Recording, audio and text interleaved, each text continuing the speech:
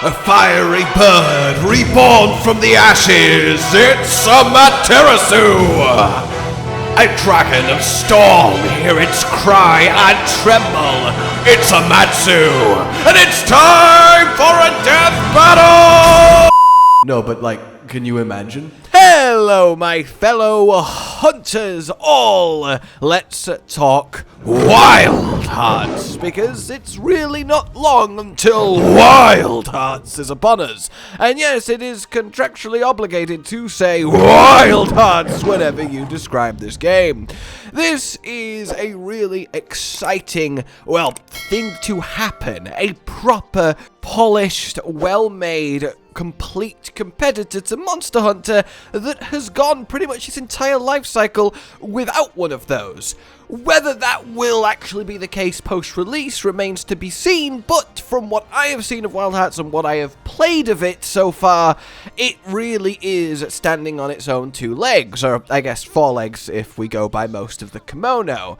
So today I kind of wanted to go over the game, a little refresher course, and just kind of wax lyrical on why it's going to be very interesting having 2 big deal hunting games running in parallel. And for me, more than anything, I would love for this to snowball into a proper genre. Kind of like what's happened with Souls, right? You had the one main Souls, the Dark Souls series, but now you have so many, I mean almost too many at this point, it's getting kind of saturated, Souls-likes that each in their own right are really worth playing and fun. That happening in like Monster Hunter-like as we go forward, and every year we get 2-3 really decent efforts at monster hunting. I mean, that's my dream come true. In any case, I get ahead of myself. Wild Hearts then. A land that has been, well, claimed by the Kemono. These savage beasts that are infused with the very earth itself. Flora running through them, entwining their being. They are really original twists on the big creature that we must kill. And they have the power to control the land itself, shape it, change it. And that happens in the hunts. That happens visibly before your eyes. You see the scars and the alterations that these guys make as you combat them zone to zone across the massive, beautiful, sprawling map. That is very, very cool as a hook for, well, why we're doing what we're doing. We quite literally need to tame them and thus the land again to make it safer to, well, exist in this world outside of what I will assume will be the main city where most of the people are, because it's kind of the place to be if you don't want to get, you know, mauled. So the world of Azuma is what we'll be inhabiting. There is distinct different maps and biomes and places to be, and it is filled with challenge and threat.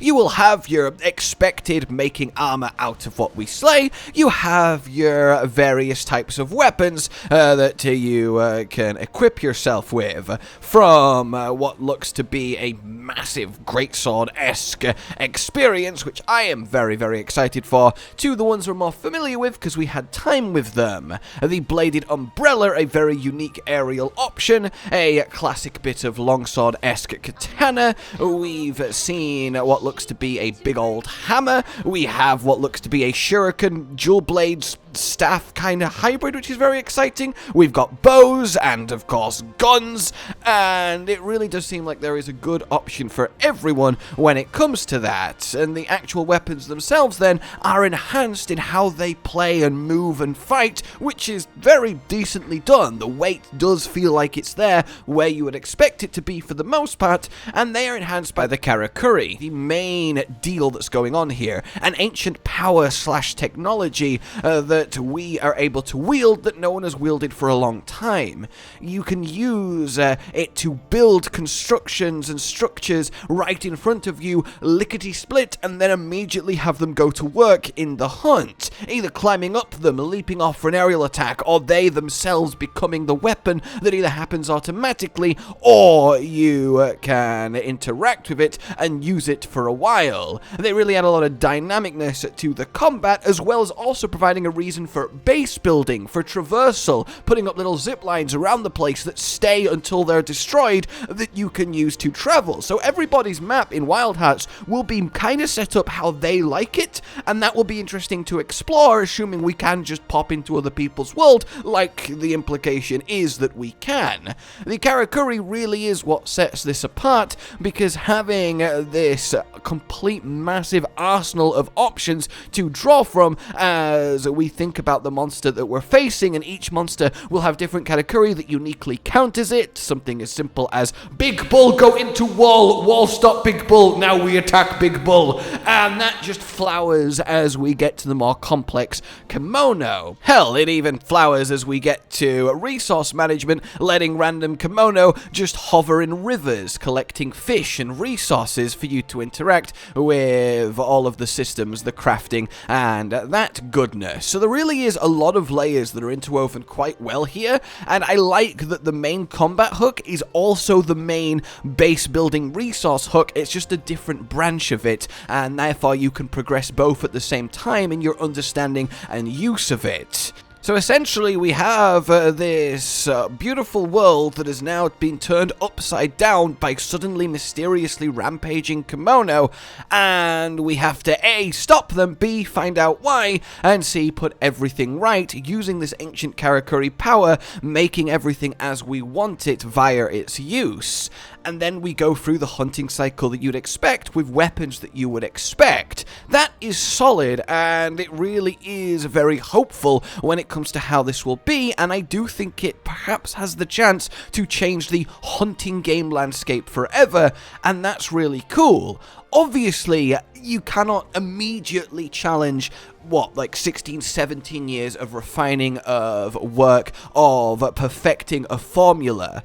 But in the few attempts that have happened over the years, I don't think any of them are immediately standing out as this honestly is going to be just really good in its own right, as Wild Hearts is doing. Lastly then, I want to touch on the Kemono themselves, as really the monsters are, of course, it when it comes to a hunting game, because without them, and without them being satisfying, well, you've not really got much going for you. We have ourselves Golden Tempest, a wind-controlling tiger. We have Ragetail, the flowering rat. Sapscourge, sticky, and mischievous in its termite-esque nature. King Tusk, big, straightforward, brute power. Lava back, a gorilla, well, with lava on its back, with stretchy arms and rock-like carapace. He really doesn't look like he's going to be tough. Deathstalker, a icy, flowering, branch-like wolf that looks very intimidating. Amaterasu, our phoenix flame laser bird. Gold Shard, our crystal-adorned porcupine-esque threat. Spine Glider, a smaller, more rodent rabbit-like creation with more leaves upon it that I imagine will be very nimble. And then Earthbreaker, the Zora Magdaros-esque, absolutely massive creation that I have to assume will play a major role in the story when it comes to finally taking it down, because, let's be honest, we're not just going to be plinking this thing with weapons that it doesn't even notice that we're doing. It's huge. That is a very quick rundown. For me, the standouts are definitely Golden Tempest, as just a pure tiger is so cool to me, and adding in the wind element is also just really nice. And I do like that the Kemono here are very much more clearly, this is this animal, you know, it's a tiger, it's a rat, it's a gorilla, it's a wolf, it's a bird, it's a porcupine, it's a pig. It's Superman! But because they have this nature infused with them, growing out of them, it really elevates them into these fantastical fantasy monsters, as opposed to being their own unique, like, creature animal invention. It's taking something that we're familiar with and reimagining it in this world, and that's a really nice path to take and makes them very much their own creations. Let me know what you guys think is your favorite of these guys, and let me know what you think about Wild Hearts. Do you think it is going to be good enough to challenge, to be a hunting game worthy in its own right, to sit up and go, yeah, you know what, we've now gone from 2 options, Monster Hunter and Dauntless, to 3, Monster Hunter, Dauntless, and Wild Hearts. And I think it does, and that is exciting. Not just because it's going to be awesome having another hunting game to play, because of course it is, that's what we do here, it's great, But once it becomes 3, it could easily become 4, 5, and so on. And again, like I said at the start, with how Souls sprawled out and spiraled, I really want monster hunting as a genre of game, RPG, animal, boss fight, wereskin, and I think that's, of course, the best way to describe it succinctly, to just constantly have really memorable titles within it, and that's really cool. For now, though, let me know what you think. Like you've enjoyed this, subscribe and hit the bell for more. Consider supporting the future of the channel on Patreon down below, and until we meet again, goodbye. Josh, Cotton, and Hollow with the videos, dropping the humor like a hammer on your tippy toes, bringing entertainment on a daily arrangement to take our insanity and turn it into entertainment. Yes, I said entertainment twice, to reiterate that it is nice to look into your faces on a mostly daily basis when you let us in your homes to make the whole world a stage. Goodbye.